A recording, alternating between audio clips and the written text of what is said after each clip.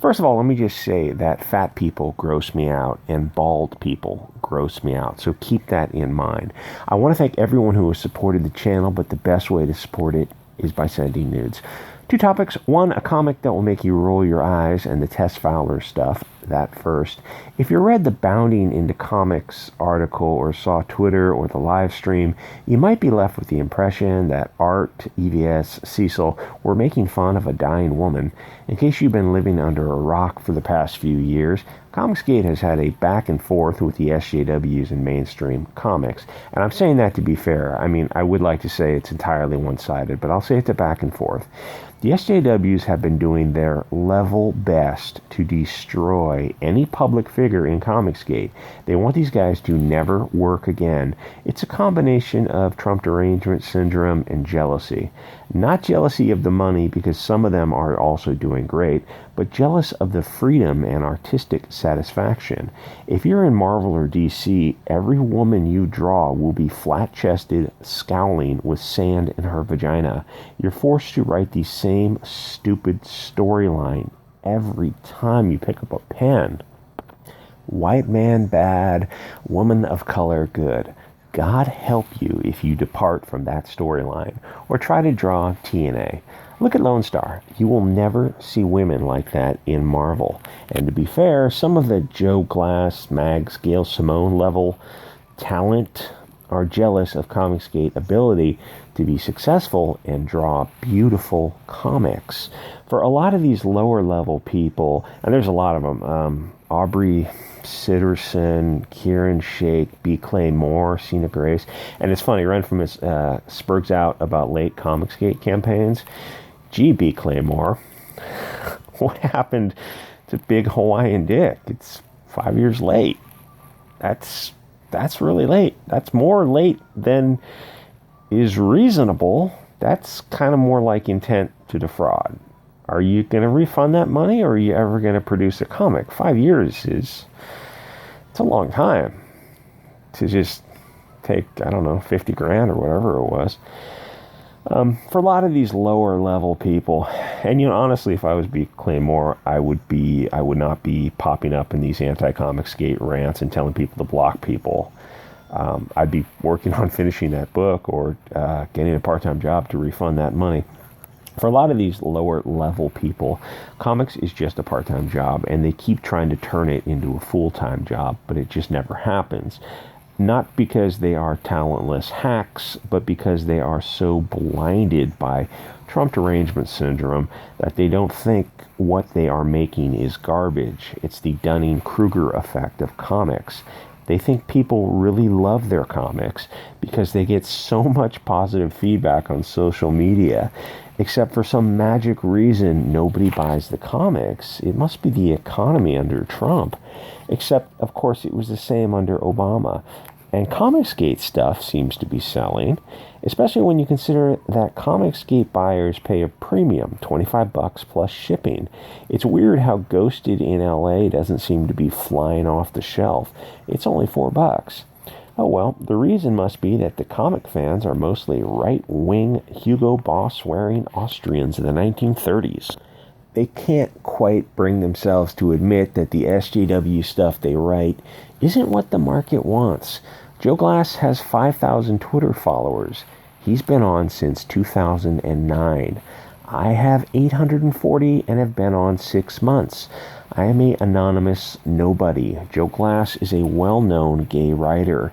If you're a public figure who has 5,000 followers after 11 years, then you need to face the fact that you are pretty boring, which makes you wonder if he's also a boring writer, because usually writers are witty. Well, the pride is online. You can judge for yourself. But be warned, it's about gay bears who have interspecies gay butt sex with trans people and farm animals. Gee, Joe, you wrote a book that looks like it's for kids, except you sexualized it. Call me crazy, but I don't see why you want to bring gay bear butt sex into a children's story. No kid wants to read your degenerate fantasies about transsexual zoo creatures. You can't make a book for kids and sexualize it. That is deeply disturbing. Anyway, so these people are very upset that when they write what they believe, nobody buys it. They look over at these jerk-off Comicsgate guys who are selling. They see all these newcomers to comics who are able to publish their first projects and hit $30,000 when they are well-established professionals who don't do as well, relatively speaking. The obvious difference is Comicsgate finds what people want and sells it to them, where the SJWs try to sell you what they think you want to be or need to be brainwashed with, except they're preaching to the choir who don't want to pay for it, and the rest of us don't want to read their gay butt-bear fantasies. Joe Glass will be dead a month. His cats will eat him before the neighbors notice the smell. I don't know where I was going with that. They say we're istophobic for brutally attacking LGBT creators, except that they are selling creative works. We criticize the work product. Then they add hominem us, then it's on, and the back and forth goes on for years. I've watched it for years. The hatred from SJWs is unlike anything I've ever seen. People will murder people with not a fraction of the hatred in their hearts. The SJW's rage is at the level of India and Pakistan. People will kill someone for a reason. They do it, it's over. If you showed them the years of tweets from SJWs, they would think you were crazy. Surely that level of obsession isn't healthy. Which brings us to Tess Fowler, who has had a lot to say about CG as a movement and the people in it. She's had a lot to say for years. Why? What exactly has Comicsgate ever done to her? Nothing. But like everything in social media, a lot of this fighting is based on dog piles. Say Diversity in Comics is arguing with Mags about Mags' retarded stories. Renfamous will tweet that DNC is attacking a gay man. That's all it takes. Everyone on their side will jump in and try to deplatform DNC, which they did. It got so bad that Mark Waid defamed and tortiously interfered with contract. All this stuff goes back before the official Comicsgate YouTube presence. It goes back even pre-Facebook, all the way back to the message boards, because SJWs are always creeping in and destroying everything that you enjoy. They're termites and cockroaches. Do they deserve to be gassed? That's up to you. I'm not God. My point is, you see a short clip of that cancer cast and you think, that's some pretty bad optics. But you're catching a 30-second slice of life from what has been years of harassment from SJWs. The hatred was so bad that Myers had to take Mark Waid to court to pray that Mark Waid stop trying to destroy him. SJWs are truly evil people. Then you combine that with how degenerate and perverted comic people are, and you have the perfect storm. It's easy to say, take the moral high ground when you aren't the one they're trying to destroy. What EVS said was very stupid, but it wasn't cruel.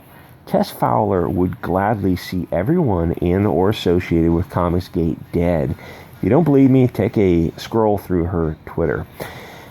They have but you're probably blocked, so you're going to have to sign out and check it out. They have very public fantasies about maiming, mutilating, torturing, killing, and threatening our children, all because we criticize their silly, racist comics. Criticizing their art and their stranglehold over an industry made them crazy. They didn't like having a light shone on their machinations. You know, it would be one thing if they took over an industry and improved it, but I'm not sure that's ever happened. Have SJWs ever got into an industry and improved sales? People are seething over the George R.R. Martin mispronouncing people's ridiculous names, which really, if you want to be taken seriously, change your name to something that isn't so childish, something that sticks in people's heads, so they go to the bookstore and remember Mark Twain. Are you in the business to sell books or to make an artistic statement? Your work should stand out on its own, not your silly name. But what people don't talk about with the Hugo Awards, how well are the sales doing with those purse puppy books? I'm just going to go out on a limb and say not well. The only thing that helps them sell is that they give themselves awards, so their books are always Book of the Month Club winners. Imagine if Myers, Cecil, EVS, Malin, Nerdette, Engeltine, all those super comic book nerds took over Marvel. Sales would start growing again. Then word would catch on that comics were fun. Sales would skyrocket. It would be a new golden age of comics. But you would see the same thing happen that they're doing to Comicsgate. The commies would say Marvel was goose-stepping now. They would do what Mark Waid has done and try to prevent the comics from being made or sold. When people criticized comics and what the commies were writing, it was like the spotlight caught them and showed what loathsome goblins they really are. They are grubby vermin. Comics is theirs. There is no room for dissenting voices. Tess Fowler and the others are deeply hateful people. They have, God, I did not, deeply hateful people is what I'm trying to say. They have been literally wishing that we get dick cancer. They wish that someone would just kill us all, that they are watching our children. Some sick, disturbing stuff. Is EVS a jerk? Sure, everyone can be. But this isn't a one-sided affair that Tess Fowler is making out to be. Okay, so in the clip, EVS states, so Fowler has cancer now, and Tess Fowler is unable to work. She tweets out that she's never had the ability to work taken from her before. Me, neither, Tess, F you. He then states, what am I supposed to feel sorry for you? F you. This is the thing. I don't wish cancer on anybody, but you did nothing but spend your time in this wonderful but frivolous business trying to hurt people, including me. Is that right, Cecil? Am I right to say that? Jesus. Cecil then added, oh yeah, they want to destroy you. They want you to kill yourself and not be able to feed your family. Absolutely correct.